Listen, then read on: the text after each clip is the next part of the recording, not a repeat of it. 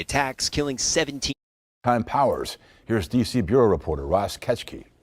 Tonight, the Pentagon taking new steps to use military force against drug cartels. In a memo sent to Congress, the White House saying the U.S. is now in an armed conflict with the narco gangs and labeling their members not just as criminals, but as enemy combatants. And now we'll look at cartels. Earlier this week, President Trump addressed the recent strikes on alleged narco boats in the Caribbean that he says were bound for the U.S. Those 3 attacks killing 17 people. The White House claiming all those on board were members of drug cartels, now designated as foreign terrorist organizations. We had a lot of drugs coming in through water. We call it water drugs, just a simple term.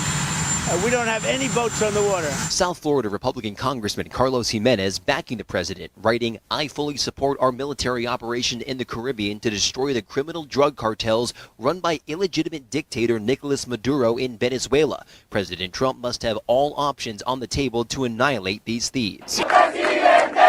Much of the crackdown on cartel activity has focused on Venezuela and Maduro, the U.S. placing a $50 million bounty on his head and designating Maduro as a known leader of the infamous Cartel of the Suns. This week, Maduro saying he's prepared to declare a state of emergency over what he calls U.S. aggression. We'll see what happens with Venezuela. Venezuela has been very dangerous with drugs and with other things.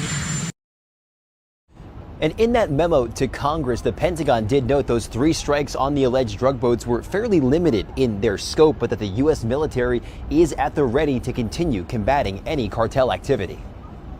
And Ross, as you know, some members of Congress have raised concerns over the strikes on those drug boats. How are they responding to the White House now saying the U.S. is officially in an armed conflict with the cartels? Well, tonight we are hearing from the lead Democrat of the Senate Armed Services Committee. He's raising some of those very same concerns tonight, Louis. He's saying that he agrees the United States needs to continue to try to stop the cartels, but worries these moves from the president amount